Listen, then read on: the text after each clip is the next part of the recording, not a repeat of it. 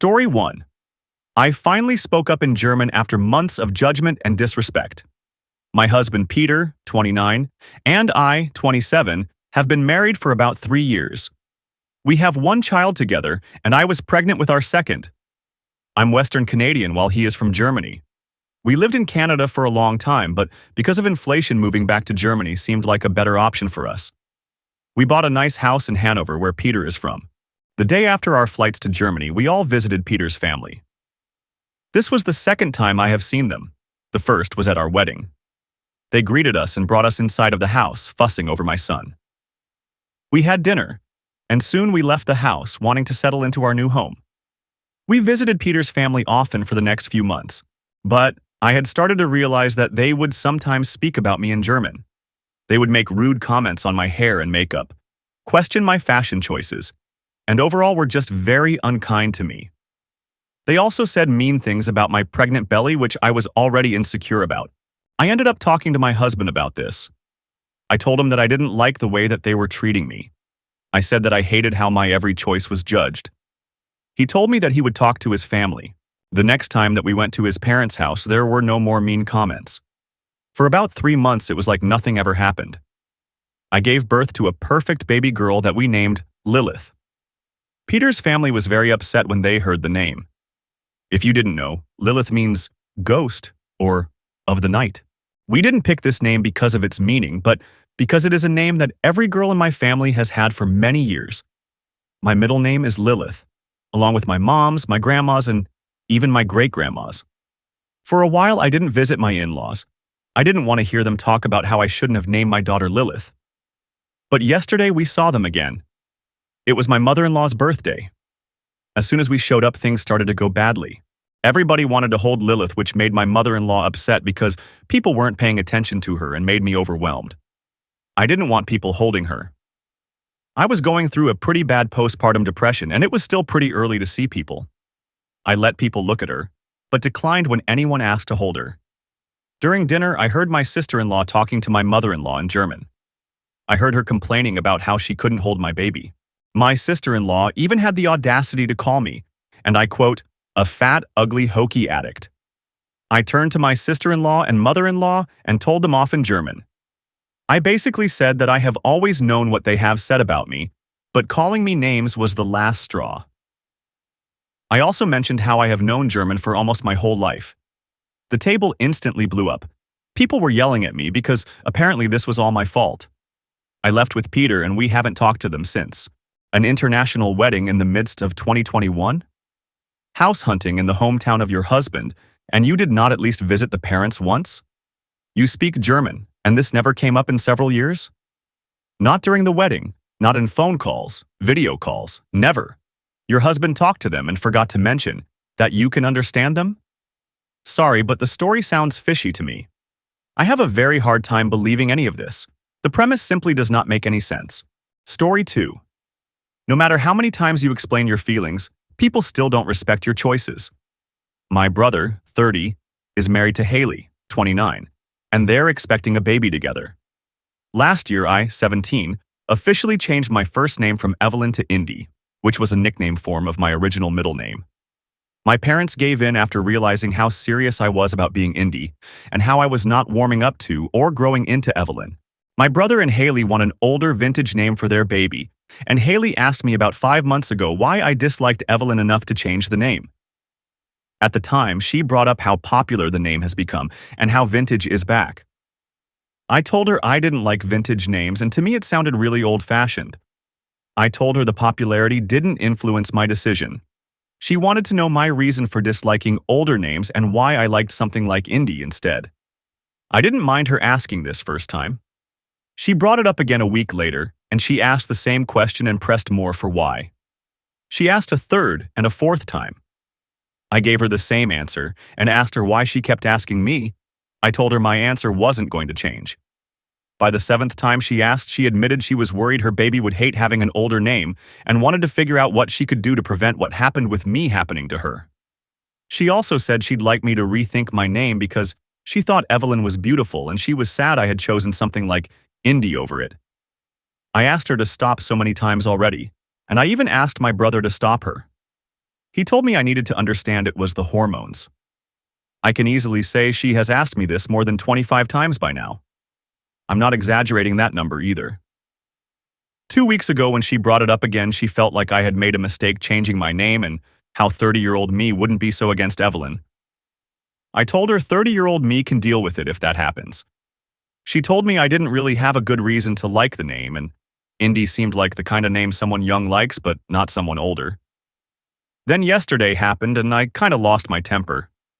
She started out asking the same stuff, and the baby is almost ready to be born, so I know it's coming to an end, but she asked me to really think about why and help her, because she couldn't figure out what she'd do differently than my parents did.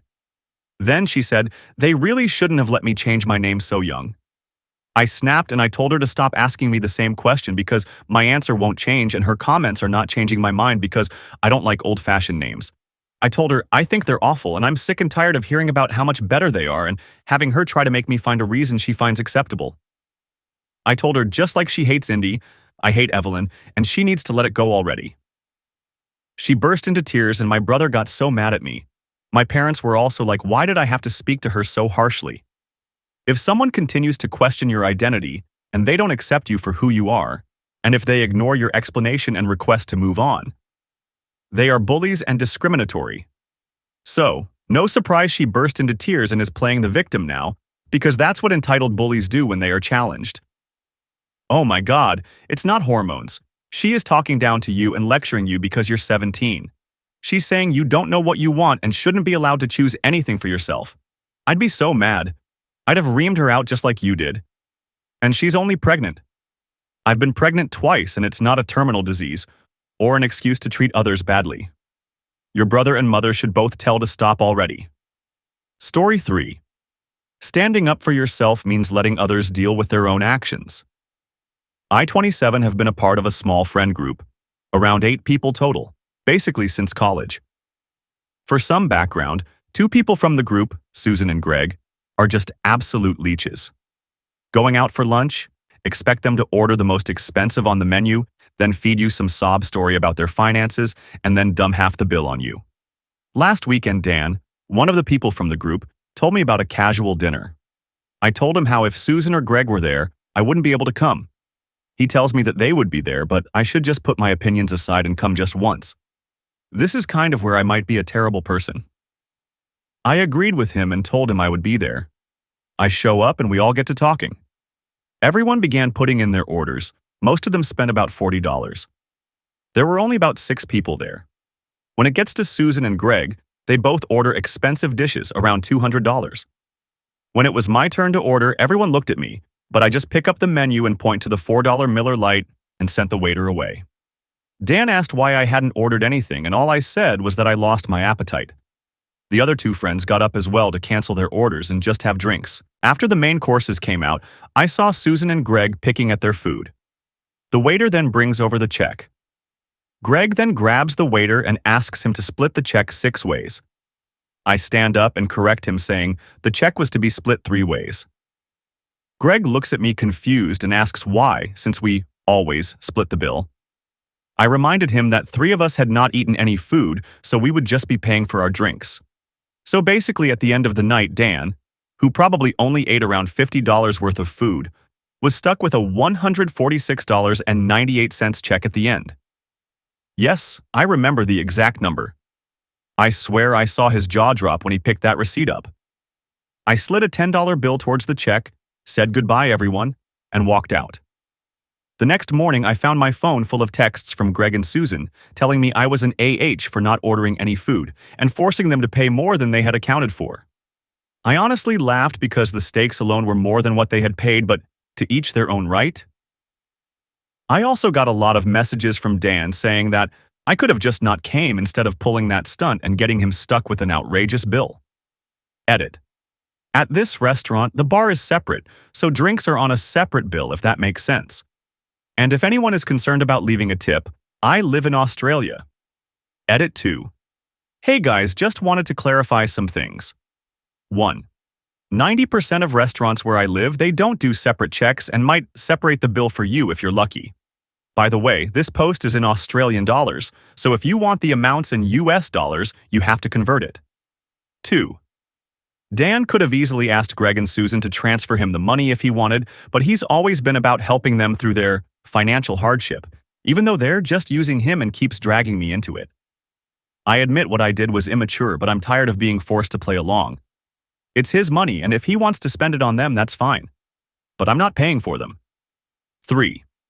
Also, Dan's a really good friend of mine, albeit blind AF. I was just trying to get him to see what kind of people he was helping. I will admit it was a tad bit petty. 4.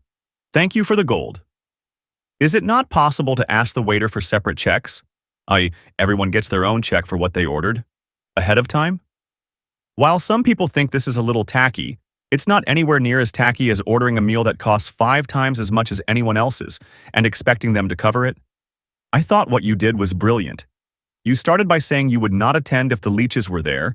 Your friend Dan wanted you to come anyway, so you did, but on your own terms. The moment you ordered only a beer, that was a signal that every adult at the restaurant should have recognized, especially because the bar bill is separate from the food. That you were not eating, 2 others were not eating, thus obviously not splitting a bill for dinner. I bet Dan will not be so quick to include Susan and Greg again. Story 4. Some boundaries should never be crossed, especially when it comes to respecting someone's memory. My wife was a corporate lawyer and mediator. She had some very nice work clothes.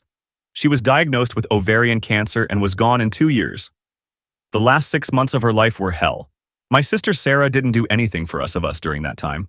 My wife never liked her. I do not like her. She is a selfish cow. At my wife's wake, she started asking about my wife's clothes, and I brushed her off. She wanted to pick out a few pieces to remember my wife by, and I ignored her. It's been 6 months, and I've attended my mom's birthday, but I'm still not in the mood to deal with people. Then Sarah comes, asking about my wife's clothes. I told her my wife wanted me to donate them to this women's shelter, and she often helped. It will help women in need with their own court cases, court appointments, and job interviews.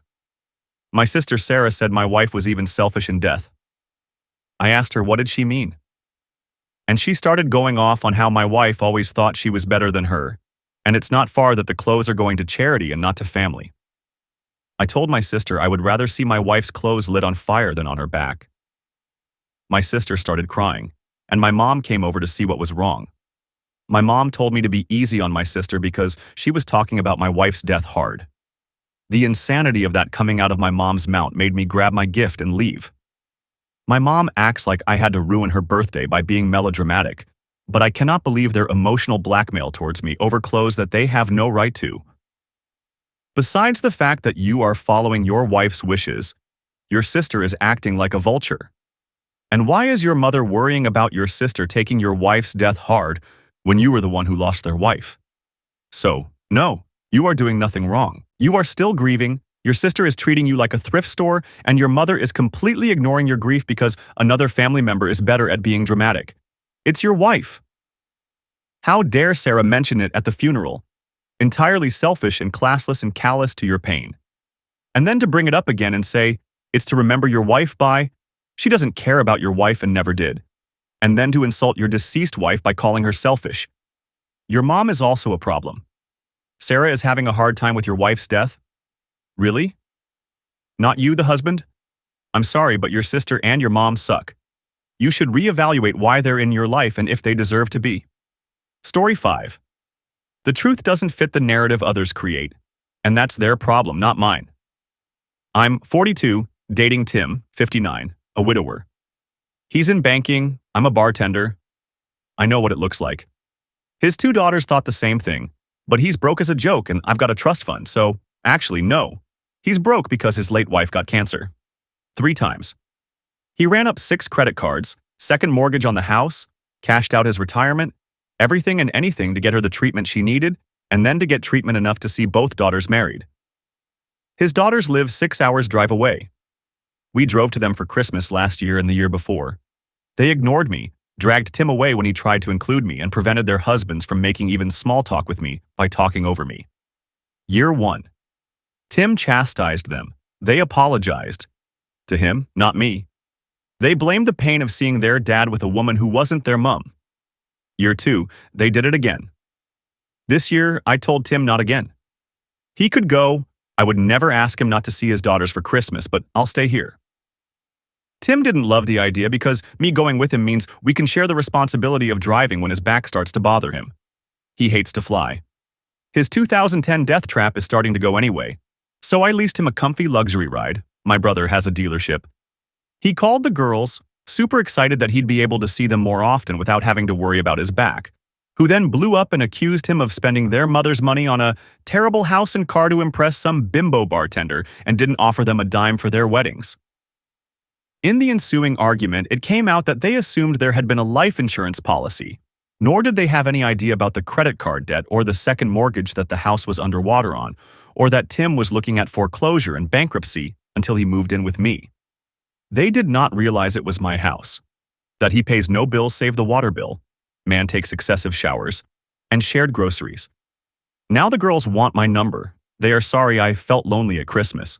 They want to come visit and stay with us next year. Conveniently, in summer, I live near a beach. I've told Tim absolutely not about giving out my number.